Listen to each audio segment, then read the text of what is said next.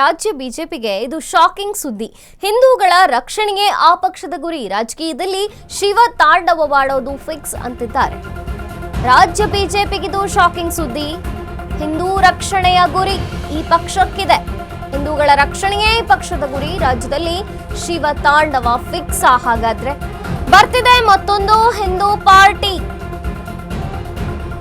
ಅಶ್ವವೇಗ ನ್ಯೂಸ್ನಲ್ಲಿ big exclusive story ಇದು. ಮತ್ತೊಂದು ಹಿಂದೂ ಪಾರ್ಟಿಯ ಎಂಟ್ರಿ ಆಗ್ತಿದೆ ರಾಜ್ಯಕ್ಕೆ.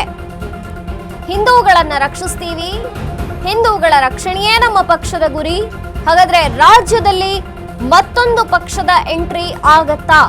ರಾಜ್ಯದಲ್ಲಿ ಶಿವ ತಾಂಡವವಾಡೋದು ಫಿಕ್ಸ್. ಹಾಗಾದ್ರೆ ಬರ್ತಿದೆ ಮತ್ತೊಂದು ಹಿಂದೂ ಪಾರ್ಟಿ. ಅಶ್ವವೇಗ ನ್ಯೂಸ್ನಲ್ಲಿ ಬಿಗ್ ಎಕ್ಸ್ಕ್ಲೂಸಿವ್.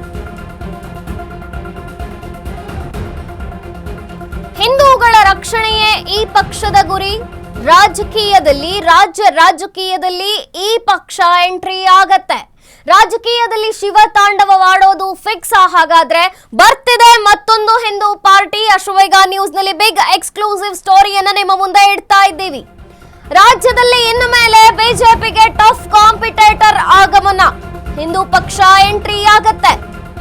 ರಾಜಕೀಯ ಪಕ್ಷಗಳಿಗೆ ನಡುಕ ಹುಟ್ಟಿಸಿದೆ ಈ ಹಿಂದೂ ಪಕ್ಷ. ಕೇಸರಿ ಪಡೆಗೆ ಅದರಲ್ಲೂ ಟಕ್ಕರ್ ಕೊಡಲು ಶಿವಸೇನೆ ಎಂಟ್ರಿ ಆಗತ್ತೆ. ಮುಂಬರುವ ಚುನಾವಣೆಯಲ್ಲಿ ಶಿವಸೇನೆ ಸ್ಪರ್ಧಿಸಲಿದೆ.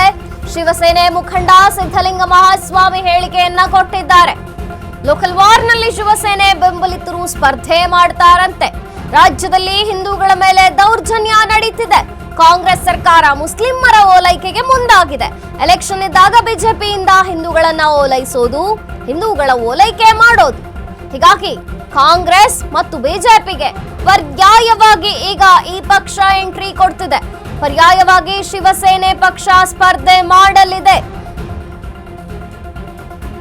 ಎಸ್, ಬಾಗಲಕೋಟೆಯಲ್ಲಿ ಸಿದ್ಧಲಿಂಗ ಮಹಾಸ್ವಾಮಿ ಹೇಳಿಕೆಯನ್ನ ಕೊಟ್ಟಿದ್ದಾರೆ.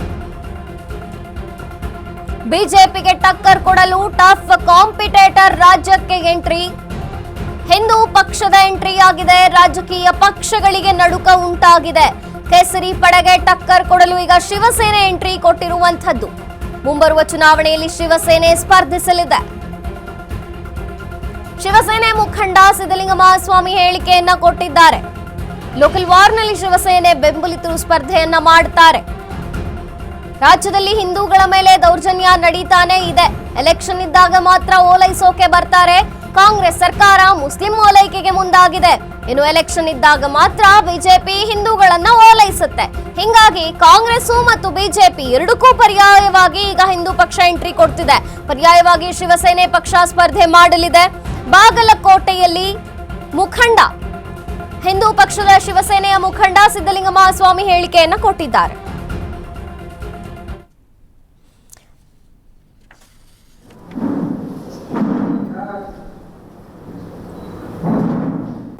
ಈ ಶಿವಸೇನಾ ಪಕ್ಷ ಏಕನಾಥ್ ಶಿಂದೆ ಅವರ ನೇತೃತ್ವದಲ್ಲಿ ಬರೀ ಮಹಾರಾಷ್ಟ್ರ ಅಲ್ಲ, ಇಡೀ ದೇಶಾದ್ಯಂತ ತನ್ನ ಕಾರ್ಯವನ್ನ ನಿರ್ವಹಿಸ್ತಾನೆ.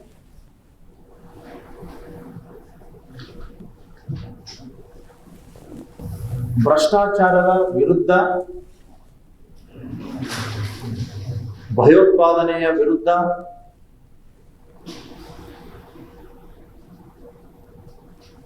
ಹೋರಾಟ ಮಾಡಲಿಕ್ಕೆ ಮತ್ತು ಅಭಿವೃದ್ಧಿ ಹಾಗೂ ಕಟ್ಟರ್ ಹಿಂದುತ್ವಕ್ಕಾಗಿ ನಮ್ಮ ಪಕ್ಷ ಕಾರ್ಯನಿರ್ವಹಿಸ್ತಾ ಇದೆ. ಮತ್ತೆ ಬರುವಂತಹ ಎಲ್ಲ ಚುನಾವಣೆಗಳಲ್ಲಿ ನಮ್ಮ ಪಕ್ಷದಿಂದ ಅಭ್ಯರ್ಥಿಗಳನ್ನ ಕಣಕ್ಕಿಳಿಸ್ತಾ ಇದೆ, ಇನ್ಕ್ಲೂಡಿಂಗ್ ಬಾಗಲಕೋಟೆಯ, ದಾವಣಗೆರೆಯ ಉಪಚುನಾವಣೆ, ಬರುವಂತಹ ಜಿಲ್ಲಾ ಪಂಚಾಯತ್, ತಾಲೂಕ್ ಪಂಚಾಯತ್, ಗ್ರಾಮ ಪಂಚಾಯತ್ ಮಟ್ಟದಲ್ಲಿಯೂ ಕೂಡ ನಮ್ಮ ಪಕ್ಷ ಸ್ಪರ್ಧೆ ಮಾಡ್ತಾ ಇದೆ.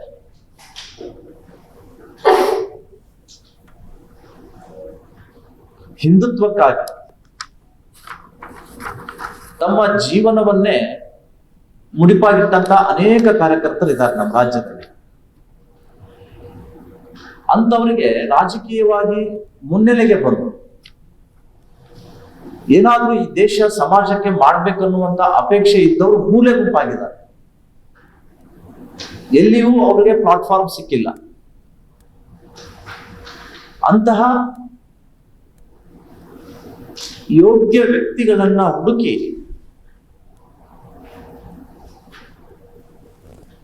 ರಾಜ್ಯದಲ್ಲಿ ನಾವು ಈ ಬಗ್ಗೆ ಹೆಚ್ಚಿನ ಮಾಹಿತಿಯನ್ನ ಕೊಡ್ತಾರೆ ಪ್ರತಿನಿಧಿ ಆನಂದ್. ಆನಂದ್, ಈಗ ರಾಜ್ಯಕ್ಕೆ ಶಿವಸೇನೆ ಎಂಟ್ರಿ ಆಗುತ್ತೆ ಅನ್ನುವಂಥದ್ದು, ಈ ಕಡೆ ಬಿಜೆಪಿ, ಆ ಕಡೆ ಕಾಂಗ್ರೆಸ್, ಇಬ್ಬರಿಗೂ ಕೂಡ ಇದೊಂದು ರೀತಿಯ ನಡುಕವನ್ನ ಹುಟ್ಟಿಸಿದೆ. ಜೊತೆಗೆ ಮುಖ್ಯವಾಗಿ ಹೇಳೋದಾದ್ರೆ ಬಿಜೆಪಿಗೆ ಟಕ್ಕರ್ ಕೊಡಬೇಕು ಅಂತಲೇ ಈಗ ಶಿವಸೇನೆ ಎಂಟ್ರಿ ಆಗ್ತಿದೆಯಾ, ಹೇಗಿದೆ? ಅಂದ್ರೆ ಈಗಾಗಲೇ ರಾಜ್ಯದಲ್ಲಿ ಹಿಂದೂ ಪರ ಸಂಘಟನೆಗಳಿಗೆ ಮತ್ತು ಹಿಂದೂ ಪರ ಕಾರ್ಯಕ್ರಮಗಳ ಸಂದರ್ಭದಲ್ಲಿ ಗಲಾಟೆ ಉಂಟಾಗುವಂತ ಕೆಲಸ ಆಗ್ತಾ ಇದೆ. ಬಾಗಲಕೋಟೆ ಘಟನೆ ಇರ್ಬೋದು, ಕಲಬುರಗಿ ಅಂತ ಘಟನೆ ಇರ್ಬೋದು, ಕಳಜನ ನಡೆದಿರುವಂತಹ ಶಿವಮೊಗ್ಗದಲ್ಲಿ 49 ಜನ ಕೊಲೆ ಆಗಿರುವಂತ ಘಟನೆ ಇರ್ಬೋದು. ಹೀಗೆ ಇಂಥೆಲ್ಲ ಘಟನೆಗಳು ರಾಜ್ಯದಲ್ಲಿ ಮೇಲಿನ ಮೇಲೆ ಆಗ್ತಾ ಇದಾವೆ. ಯಾಕಂದ್ರೆ ಈಗಾಗಲೇ ಕಾಂಗ್ರೆಸ್ ಪಕ್ಷದ ಸರ್ಕಾರ ಅಧಿಕಾರ ಇದ್ದಾಗ ಏನ್ ಮುಸ್ಲಿಂ ಪರ ಓಲೈಕೆ ಇದ್ದದ್ದು ಮಾತ್ರ ಖಚಿತವಾಗಿರುತ್ತದೆ.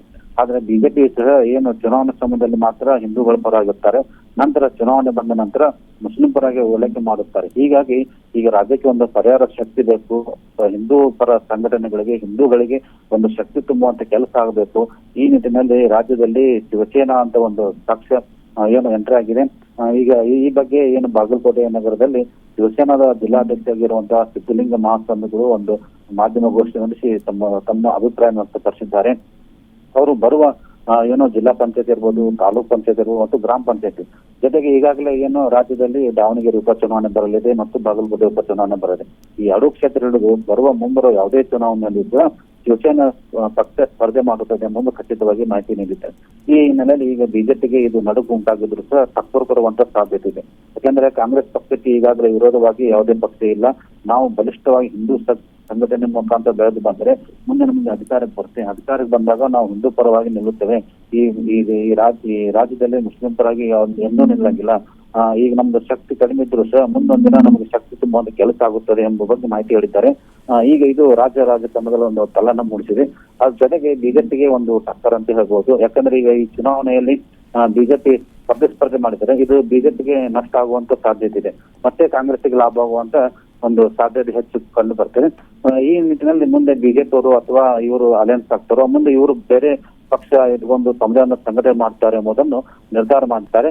ಆ ಮುಂದಿನ ಹಂತದ ಬೆಳವಣಿಗೆ ಏನಾಗುತ್ತೆ ಎಂಬುದನ್ನು ಕಾದು ನೋಡಬೇಕಾಗಿದೆ. ಓಕೆ ಆನಂದ್, ಥ್ಯಾಂಕ್ ಯು ನಿಮ್ಮೆಲ್ಲ ಮಾಹಿತಿಗಾಗಿ.